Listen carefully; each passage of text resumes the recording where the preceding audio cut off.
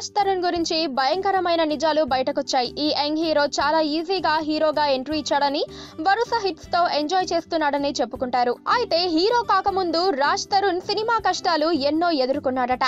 దాదాపు 15 రోజుల పాటు రోడ్లపైనే పడుకున్నాడట. కనీసం ఒక్క పూట కూడా తిండి తినలేని పరిస్థితి. అసిస్టెంట్ డైరెక్టర్ గా చేరిపోయాడు. హీరోయిన్లకు ఆడిషన్ జరుగుతూ ఉండగా వారి పక్కన హీరోగా నటించాడు.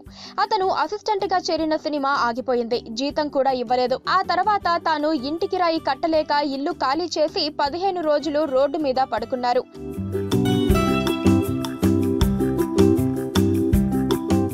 10 రోజులకు పైగా సరిగా తిండి లేదు. ఆ తర్వాత సినిమా ప్రారంభమవుతుందని కబురు పెట్టడానికి వచ్చిన వ్యక్తి రోడ్డుపై పడిపోయిన రాజ్ తరుణ్ ను చూసి షాక్ అయ్యాడు. ఈ విషయాలు ప్రస్తుతం రాజ్ తరుణ్ మేనేజర్ గా వ్యవహరిస్తున్న నటుడు రాజా రవీంద్ర చెప్పడంతో వెలుగులోకి వచ్చాయి. ఇటీవలే ప్రేక్షకుల ముందుకొచ్చిన రాజ్ తరుణ్ అందగాడు సినిమాలో విలన్ గా మెప్పించాడు రాజా రవీంద్ర. ఇటీవలే ఓ ఇంటర్వ్యూలో మాట్లాడుతూ రాజ్ తరుణ్ సినిమా కష్టాలు చెప్పుకొచ్చాడు. ప్రస్తుతం రాజ్ తరుణ్ కెరియర్ ఊపు మీదుంది. ఆయన్ని మాస్ మహారాజా రవితేజ వారసుడిగా పిలుచుకుంటారు ప్రేక్షకులు.